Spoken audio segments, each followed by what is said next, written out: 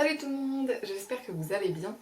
Aujourd'hui on se retrouve pour une vidéo que j'avais envie de faire depuis un petit moment, mais j'attendais d'avoir suffisamment de matière et aujourd'hui c'est le cas. Et en plus je pense que cette vidéo arrive au moment idéal puisque nous sommes en confinement depuis maintenant 3 jours. Donc j'espère que cette vidéo va vous donner quelques idées d'occupation et qu'elle rendra ce confinement un petit peu moins long. Donc on va rentrer tout de suite dans le vif du sujet, puisque comme vous pouvez le voir grâce au titre, aujourd'hui on va parler de drama coréen. Pour celles et ceux d'entre vous qui n'auraient jamais entendu ce terme, les dramas coréens c'est juste des séries coréennes, en fait c'est le nom qu'on donne aux séries en Corée du Sud. Rien de très différent, même si vous le savez sûrement si vous regardez déjà des dramas, il y a des codes et des façons de faire qui sont spécifiques pour moi à la Corée du Sud, mais en gros on va pas s'étendre sur le sujet. Un drama c'est juste une série télé. Et je regarde des dramas depuis maintenant 2 ans, même si vous allez voir sur cette période j'en ai pas regardé tant que ça, puisqu'aujourd'hui je vais vous parler de 8 dramas que j'ai regardés en entier ou quasiment en entier, parce que c'est vrai que je jongle quand même avec d'autres séries occidentales, les films, etc. Donc je ne passe pas non plus ma vie devant des dramas. Donc c'est de ça que je vais vous parler aujourd'hui. Puisque j'ai décidé de prendre ça par ordre chronologique, je vais vous parler du premier drama que j'ai regardé dans ma vie, qui s'appelle Weightlifting Fairy Kim Bok-joo. Alors l'histoire de ce drama est assez simple, en fait ça raconte la vie de Bok-joo, donc le personnage principal, qui est une jeune fille de 21 ans qui fait de l'haltérophilie dans une université pour sportifs de haut niveau. Donc tous les élèves voilà, font du sport à un niveau professionnel, c'est un petit peu un truc style sport-études. Et là-bas elle va retrouver un jeune homme qui se trouve être un de ses camarades d'école d'enfance quand elle était au primaire il me semble. Et voilà, ils vont se retrouver et en fait ça raconte leur vie. C'est un plot assez simple, voilà, comme vous pouvez le voir, il n'y a pas vraiment de fil directeur ou d'intrigue vraiment majeure, puisque c'est un petit peu une histoire de vie quotidienne en fait. Mais c'est un des dramas qui m'a le plus plu, c'est le premier que j'ai vu, et après les 8 que j'ai regardés, il est toujours dans mon top 3. C'est vraiment un drama que j'ai trouvé excellent, déjà parce qu'il est très très drôle. Voilà, les acteurs jouent très bien, les personnages sont vraiment hyper drôles. Quand je regardais, j'avais qu'une envie, c'était d'arriver au soir pour pouvoir regarder mon petit épisode du soir, et je savais que j'allais rigoler, que ça allait me sortir l'esprit de ce que je faisais. Je me souviens quand je l'ai regardé, j'étais en révision de partiel, donc ça me faisait beaucoup de bien le soir d'avoir ce petit moment de détente. Mais aussi, ce que j'ai beaucoup aimé dans ce drama, c'est que on a cet aspect comique, mais ça n'empêche pas le drama de parler de sujets qui sont importants et qui sont sérieux en fait.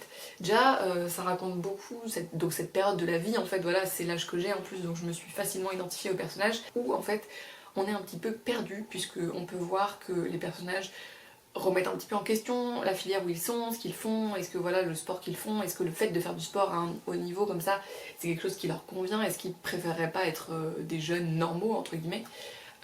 Donc voilà, c'est des questions qui se posent et qui sont traitées dans le drama, et je pense que c'est un truc auquel on peut facilement s'identifier à cette période de la vie et à cet âge-là.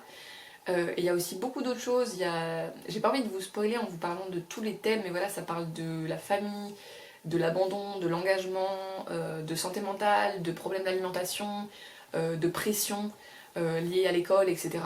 C'est un mélange qui fonctionne très bien, en fait, c'est des thèmes importants, sérieux, voire même un petit peu dramatiques, un peu sombres, mais qui justement sont pas traités de façon déprimante, qui sont traités de façon à la fois sérieuse, sans que ce soit voilà, tourné en dérision, enfin voilà, pas du tout, mais en même temps avec vraiment des scènes hyper drôles, des personnages qui sont attachants, et pas quelque chose qui du coup se révèle être plombant ou déprimant, justement pas du tout. Ça permet de parler de sujets qui sont sérieux, mais tout en, voilà, en rigolant, etc. Donc c'est vraiment un excellent drama. Les relations entre les personnages sont hyper bien traitées, sont hyper intéressantes à voir. Enfin voilà, je peux vous garantir que vous passerez un super moment, parce que comme je vous l'ai dit, voilà, après avoir vu d'autres dramas, ça reste toujours un de mes préférés, je l'adore. Et j'aimerais beaucoup revenir à l'époque où je ne l'avais pas encore revu pour tout redécouvrir. Le deuxième drama que j'ai regardé et dont je vais vous parler s'appelle Strong Woman Do Bong-soon, et ça raconte l'histoire d'une jeune femme qui s'appelle donc Do Bong-soon, qui a un secret, c'est que toutes les femmes de sa famille possèdent une force surnaturelle, surhumaine. Le drama commence sur cet élément un petit peu cocasse, puisque Do Bong-soon c'est une petite meuf de 1m50 qui a l'air toute mignonne et qui en fait se révèle avoir vraiment une force surhumaine. Si je me souviens bien, puisque ça fait aussi longtemps que j'ai regardé, ça fait bien 2 ans, mais il me semble qu'elle tombe sur des gens en train de frapper quelqu'un ou quelque chose comme ça. Et donc elle réussit à maîtriser les agresseurs puisque bah, elle est beaucoup plus forte qu'eux. Et par hasard aussi se retrouve sur la scène un jeune homme qui se trouve être le PDG d'une entreprise de jeux vidéo, donc lui il est très jeune mais il est très riche. Et il se retrouve là par hasard et en fait du coup il découvre plus ou moins son secret et il décide de l'embaucher comme garde du corps pour sa protection. Et à ça s'ajoute une intrigue policière puisque dans la ville où ils sont, il y a une histoire de kidnapping et de meurtre de jeunes femmes, quelque chose comme ça. Et ils vont tous les deux essayer de retrouver justement le coupable. Pour le coup, l'intrigue policière, je vous avoue que je ne m'en souviens pas vraiment puisque c'est pas ce qui m'a le plus passionné dans le drama. C'est pas ce qui est... On sent bien que c'est une intrigue qui est ajoutée en fait et c'est pas le fond du drama. Le fond du drama, honnêtement, c'est vraiment l'histoire d'amour mais comme dans plein de dramas. Donc l'intrigue policière, je m'en souviens pas vraiment, c'est pour ça que j'ai pas envie de vous dire de bêtises en décrivant plus cette intrigue-là. Mais voilà, il y a toute cette partie-là qui pour le coup est vraiment importante quand vous regardez le drama. Contrairement au drama précédent, c'est pas juste une histoire entre guillemets de vie quotidienne, là vous avez vraiment une intrigue avec des meurtres, des crimes, des scènes un petit peu rocambolesques, etc.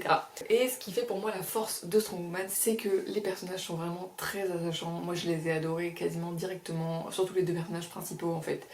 Voilà, qui sont vraiment très bien joués. L'alchimie entre les deux personnages principaux, elle est indéniable. Et c'est ce qui fait vraiment la force du drama. Pareil, il y a des scènes très drôles, puisque ça raconte donc comment Do Bong-soon et son employeur vont réussir à s'entendre, sachant qu'ils ont des caractères très différents, mais voilà, ils vont devoir s'associer pour de retrouver le coupable de cette histoire d'enlèvement, kidnapping, meurtre, etc. Et donc voilà, ça va raconter ça, donc ça donne aussi des moments très très drôles, et à la fois des grands moments, voilà, comme je vous l'ai dit, un petit peu rocambolesques, de sauvetage, de mise en danger, etc. Et ça, c'est vraiment cool. Pour moi, ce drama, c'est juste la bonne dose de niaiserie un petit peu romantique, où voilà, il se sauve la vie, etc. Et en même temps, sans que ce soit trop, sans que ça donne envie de vomir. C'est pour ça que voilà, j'ai vraiment adoré le drama. Et l'intrigue policière permet aussi de ne pas s'ennuyer, parce que justement, c'est pas seulement basé sur leur histoire d'amour. Il y a quand même du suspense, des rebondissements et tout ça. Donc pour moi c'est vraiment un drama très très bien. C'est vrai que ça fait longtemps que je l'ai regardé. Donc je peux pas en parler vraiment en détail puisqu'il y a quand même des choses que j'ai oubliées. Mais voilà, les seuls points négatifs pour moi de Strongman, c'est le triangle amoureux, puisqu'il y a un triangle amoureux, mais comme dans plein de dramas. Il y en a aussi un dans Weightlifting Fairy, mais il m'a moins dérangé. Dans Strong Woman, c'est vrai que ça m'a un petit peu irritée puisque c'est un cliché que vraiment je ne supporte pas, les triangles amoureux, et pourtant Dieu sait que dans les dramas il y en a. Et l'autre point un petit peu négatif, c'est qu'il y a quand même dans cette histoire des éléments problématiques quand on a un point de vue occidental, voire féministe, militant, etc. Il y a des scènes qui peuvent nous hérisser un petit peu. Après c'est vrai que moi j'ai supporté entre guillemets parce que le reste du drama est très très bien et que voilà, c'est pas non plus sans cesse en fait. C'est quelques scènes où je me suis dit bon voilà, ça c'est quand on a un petit peu de recul, c'est hyper problématique, mais voilà, le reste du drama est vraiment bien, donc je pense qu'il faut pas peut-être pas le jeter pour ces quelques scènes là, mais je trouve que c'est important de le dire malgré tout. Le drama n'est pas parfait et il y a des choses dedans qui vont vraiment pas.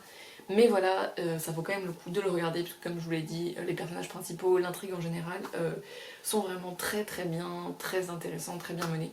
Donc je vous conseille aussi Strong Woman. Le troisième drama dont je vais vous parler s'appelle My ID is Gangnam Beauty, et pour le coup ça va vraiment changer des deux autres, parce que il fait partie des rares dramas de la liste où j'ai vraiment pas accroché en fait. Pour vous dire, il y a 16 épisodes et j'ai même pas réussi à aller jusqu'au bout. Il me manque 2 épisodes à regarder, mais je pense que je n'irai jamais au bout. Je vais m'expliquer, je vais déjà vous raconter juste le plot. L'histoire de My ID is Gangnam Beauty, c'est l'histoire d'une jeune femme qui, toute sa vie, a été très laide. C'est ce que le drama nous dit, on ne voit jamais son visage, mais voilà, le drama force vraiment sur ce point, que vraiment, avant, elle était vraiment horrible physiquement. Et juste avant de rentrer à l'université, elle décide de subir une opération de chirurgie esthétique sur tout son visage pour vraiment changer de tête complètement. Et le drama commence, elle justement rentre à l'université avec ce nouveau visage en se disant qu'elle va avoir une nouvelle vie grâce à cette beauté toute nouvelle en fait. Et ça va raconter justement sa vie à l'université et le fait que beaucoup de gens soudainement vont s'intéresser à elle, notamment beaucoup de garçons, parce que donc elle est physiquement devenue jolie, séduisante, mais en même temps le fait que certains vont se mettre à être très méchants parce que justement ça se voit vraiment sur sa tête qu'elle a fait de la chirurgie esthétique et elle va avoir pas mal de commentaires, de moqueries, etc. par rapport à ça. Donc c'est un petit peu ce mix entre voilà, des gens qui sont très méchants et cette attention qui est toute nouvelle pour elle, puisque avant ça elle avait peu d'amis, aucun garçon ne s'intéressait à elle, etc. Donc cette attention toute nouvelle n'est pas forcément facile à gérer pour elle. Et voilà, ça va raconter sa vie à l'université avec tous ces problèmes-là. J'ai commencé le drama parce que pour moi c'était une idée vraiment intéressante.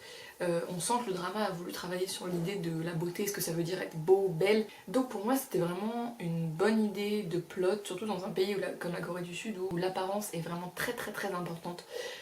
Beaucoup plus qu'en France. Je trouvais que c'était intéressant de vouloir prendre à bras le corps ce problème, ou en tout cas ce fait-là. Mais il se trouve que j'ai trouvé le drama vraiment ennuyant. Les premiers épisodes ça allait, c'est pour ça que j'ai continué, mais plus le drama avance, plus on s'ennuie, l'intrigue est lente, les personnages sont pas très attachants. Parce qu'on n'arrive pas à s'identifier à eux en fait. Ça parle beaucoup de petites histoires en fait qui semblent un peu être des histoires de collégiens. Donc les histoires d'amour, les histoires de chamaillerie entre filles et tout ça, sauf que bon ils sont à l'université donc on aimerait bien voir un petit peu autre chose que des chamailleries d'enfants de 14 ans. Donc pour toutes ces raisons là c'est vrai que j'ai pas pu m'y accrocher. Donc voilà, c'est tout ce que je peux vous en dire et on va passer au drama suivant. Le quatrième drama dont je vais vous parler s'appelle Sky Castle et il a été diffusé à la télé coréenne au début de l'année 2019 alors que je vivais à Séoul et il a eu un impact très important en Corée puisque c'est le drama le plus regardé de l'histoire de la télé coréenne. C'est un petit peu l'intrus de la liste puisque tous les autres dramas ont des points communs, c'est-à-dire que c'est souvent sur une histoire d'amour, etc. Et Sky Castle pas du tout, puisque ça raconte l'histoire d'une... En fait ça se passe dans une résidence où vivent des familles très très riches, donc la résidence s'appelle Sky Castle du nom du drama, et en fait ça raconte comment ces familles très très riches, et en particulier les parents de ces familles, vont tout faire pour faire en sorte que leurs enfants puissent rentrer dans les meilleures universités coréennes. Et voilà, ça va montrer un petit peu ce qu'ils sont prêts à faire, donc dans toute l'horreur justement, des choses qu'ils sont prêts à faire pour que leurs enfants rentrent dans ces universités-là. Et voilà, c'est pas du tout centré sur les histoires d'amour, les histoires coming of age, tout ça, c'est pas du tout ça. C'est un drama très très sombre, avec des personnages qu'on a du mal à aimer, mais en même temps, du coup, c'est très intéressant de voir comment ils réagissent et voilà ce qu'ils sont prêts à faire. Et surtout, ce qui est pour moi très très intéressant dans ce drama, c'est que, comme je vous l'ai dit, il a eu un impact très fort en Corée du Sud, notamment parce que beaucoup de Coréens du Sud qui l'ont regardé ont dit que le drama montrait une certaine réalité de ce que les parents sont prêts à faire pour que leurs enfants aillent dans une bonne université. Et je peux vous dire que quand vous voyez le drama, c'est très très flippant de vous entendre dire que ça montre une réalité, parce que ce que ces personnages sont prêts à faire pour que leurs gosses aillent dans une université bien cotée, c'est vraiment vraiment flippant. Mais le drama est hyper bien mené, il y a voilà, une intrigue qui est forcément excellente, avec plein de rebondissements, enfin voilà, vous êtes scotché à votre siège pendant toute la durée du drama.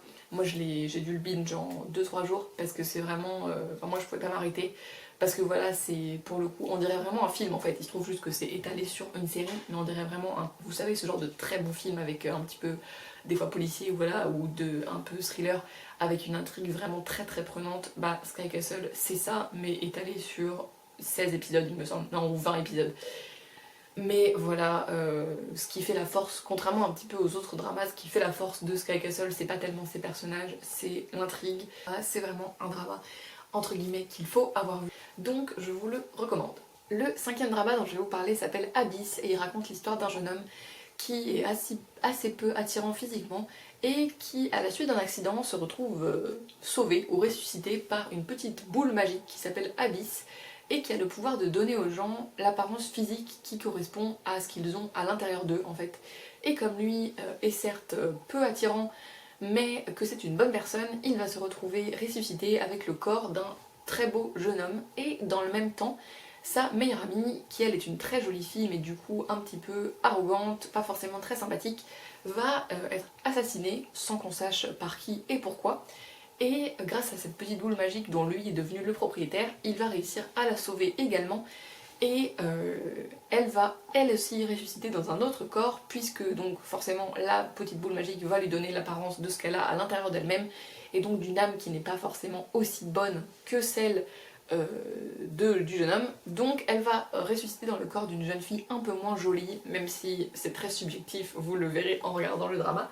Mais voilà, le drama commence comme ça, et en fait le drama raconte comment ils vont faire pour trouver le meurtrier de Soyeon, il me semble qu'elle s'appelle, donc la jeune femme, puisque forcément elle ressuscite, elle découvre que quelqu'un a tenté de l'assassiner, et elle va essayer de retrouver donc qui est cette personne, pourquoi elle a voulu l'assassiner, et évidemment de l'arrêter. Et donc le drama est vraiment basé sur cette intrigue policière. Vous vous doutez qu'il y a quand même une histoire d'amour entre ces deux personnages, mais ce qui est vraiment intéressant de Rabis, c'est que c'est vraiment centré sur cette intrigue policière là, cette quête du meurtrier. Et pour le coup c'est très très bien mené. Le drama m'a fait un petit peu penser à Strong Woman, parce qu'on est aussi justement sur une association de deux personnages qui cherchent à trouver un criminel, etc. Mais j'ai trouvé que l'intrigue policière était mieux menée dans Abyss, puisqu'on voit qu'elle est vraiment au centre du drama. Et pour le coup il y a vraiment plein de suspense. Je me souviens qu'à chaque fin d'épisode en fait il y a un petit cliffhanger ou voilà quelque chose qui vous donne envie de regarder la suite.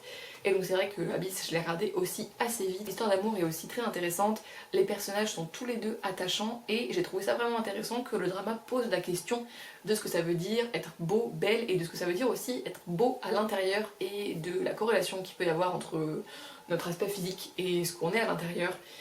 J'ai trouvé que c'était vraiment intéressant parce qu'on a à la fois l'exemple de quelqu'un qui était entre guillemets moche et qui se réveille en étant très beau, mais qui ne pour autant ne change pas, qui reste la même personne à l'intérieur, et on a son exemple à elle qui peut-être se reposait un petit peu trop sur sa beauté et qui va devoir apprendre justement à faire avec un physique un petit peu plus banal. Je trouve que c'est vraiment un thème qui est intéressant à aborder. Voilà, c'est encore le thème de la beauté, un peu comme dans My ID is Gangnam Beauty, sauf que dans Abyss c'est vraiment très très bien traité, donc je vous le recommande à 100%.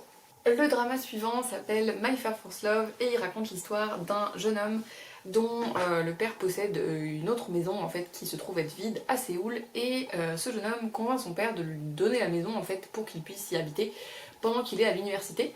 Et en fait il se trouve que c'est une maison qui est très très grande, et par quelques rebondissements il va se retrouver avec 3 de ses amis qui sont obligés en fait d'habiter dans cette maison. Et ils vont donc se retrouver à cohabiter tous les 4, et l'histoire du drama est assez simple puisque ça raconte l'histoire de cette cohabitation et de leur vie à tous les 4 en fait, avec voilà, leurs problèmes, leur vie à l'université, et notamment leurs histoires d'amour, puisque c'est quand même le centre du drama.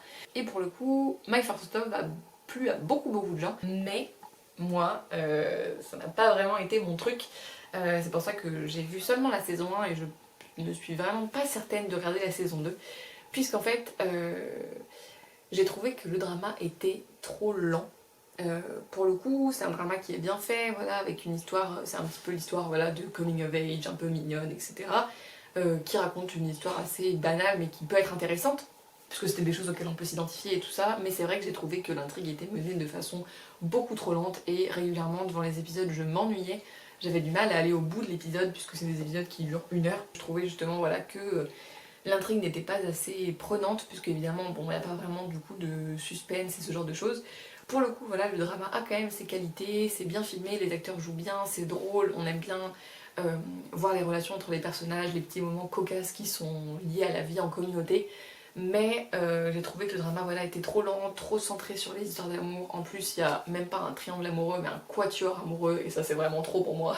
Donc voilà, c'est vrai que c'est un drama auquel j'ai pas forcément accroché, mais je pense que pour le coup c'est vraiment très personnel, c'est juste que c'est pas mon truc. Voilà, c'est pas, ça ne bouge pas assez entre guillemets pour moi, voilà, c'est trop un petit peu cute, un peu niais. Voilà, donc j'ai pas réussi à accrocher, mais je sais que ça a plu à beaucoup de gens, donc si c'est votre genre d'histoire, si vous aimez bien voilà, les histoires qui montrent la vie quotidienne à Séoul, de gens qui sont à l'université, voilà, qui vivent leur vie, qui apprennent aussi à se connaître, à se découvrir, à avoir leurs premières relations, etc. Je vous le conseille. Voilà, c'est ce que je peux vous en dire. Et on va passer tout de suite au drama suivant. Ce drama, qui est l'avant-dernier, s'appelle Fight for My Way, et ça a été vraiment une excellente surprise. Fight for My Way, je l'ai regardé un petit peu par hasard puisque je traînais sur Netflix. Je suis tombée dessus et je me suis dit voilà, pourquoi pas. Fight for My Way, ça raconte l'histoire de 2 meilleures amies qui sont voilà, amies depuis l'enfance, qui se connaissent depuis quasiment toute leur vie, et qui ont chacun un rêve alors qu'ils sont dans une situation professionnelle un petit peu compliquée. Elle travaille dans un grand magasin et elle rêve d'être MC en fait, d'être présentatrice, enfin, voilà, de parler dans un micro, de présenter des choses, etc. Je sais pas si vous voyez un petit peu le genre de job que c'est, mais c'est bien expliqué dans le drama. Et lui est un ancien champion de taekwondo et voilà, il fait un petit peu des petits boulots pas super géniaux et il rêve justement de retourner dans ce monde du sport, de la lutte, etc. Et en fait le drama raconte comment justement ils vont tous les deux essayer d'atteindre leurs rêves et pour le coup c'est un drama que j'ai vraiment beaucoup aimé parce que ça parle d'un thème qui me tient à cœur et c'est le fait voilà, justement de se battre pour ses rêves et de faire ce qu'on a envie de faire en fait, d'écouter son instinct, son cœur et de créer son propre chemin si on se rend compte que le chemin que la société a tracé pour nous ne nous convient pas. Et pour le coup c'est un thème qui est extrêmement bien traité dans ce drama. C'est un drama que j'ai trouvé plein d'espoir, même si ça montre toutes les difficultés qu'ils ont tous les deux à atteindre leurs objectifs justement. Mais voilà, c'est un drama qui fait passer vraiment un message de faites-vous confiance, ayez foi en vos rêves, etc. et battez-vous pour y arriver. Et c'est un message forcément qui résonne, qui me touche. Et c'est pour ça vraiment, pour moi, c'est le bon point numéro 1 de ce drama.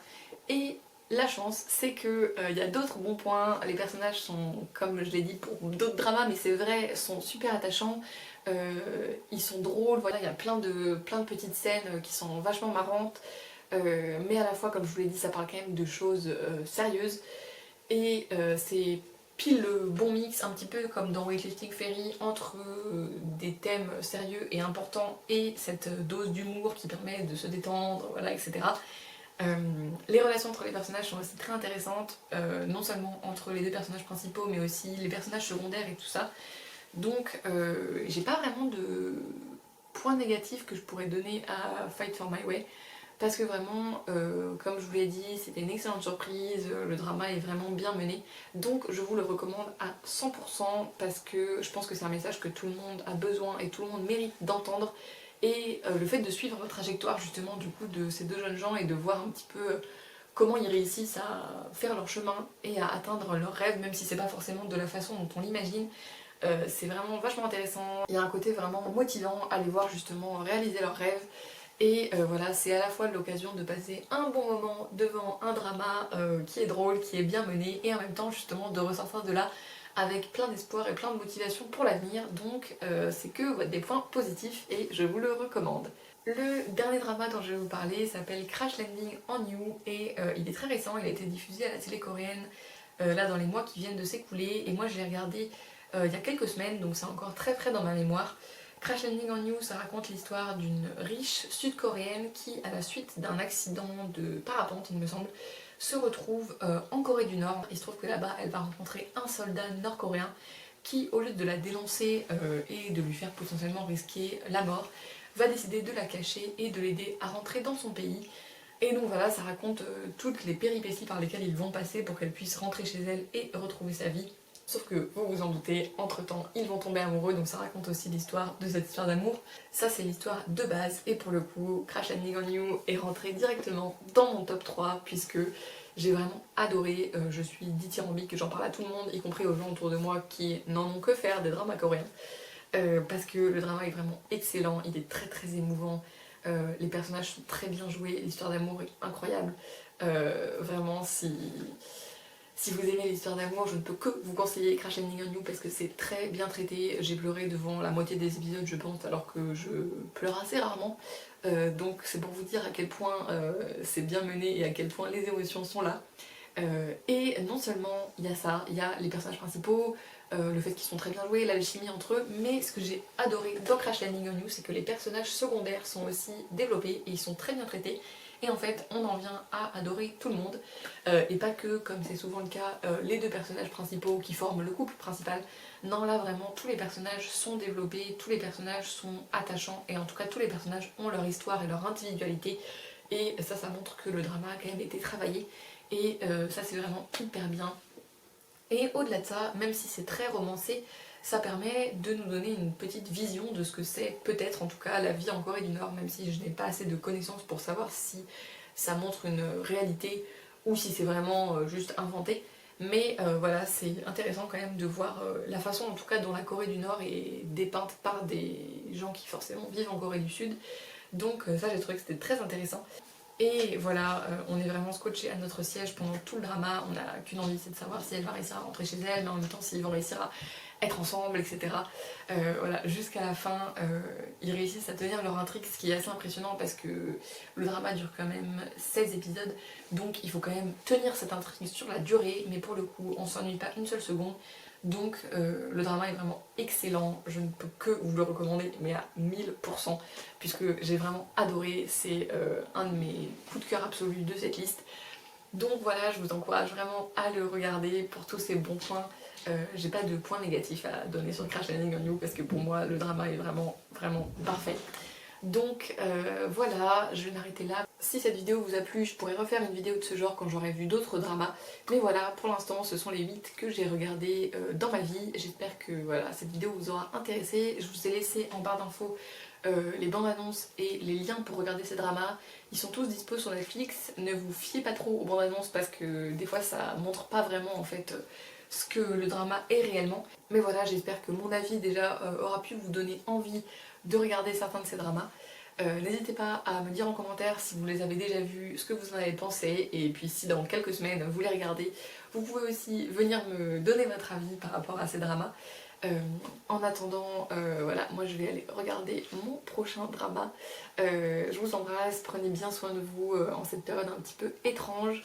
J'espère que ce sera pas trop long pour chacun de nous et moi je vous retrouve très vite puisque je posterai une vidéo dimanche, une petite vidéo bonus aussi sur ce thème des dramas et à part ça je vous retrouve jeudi prochain pour une nouvelle vidéo. Bye!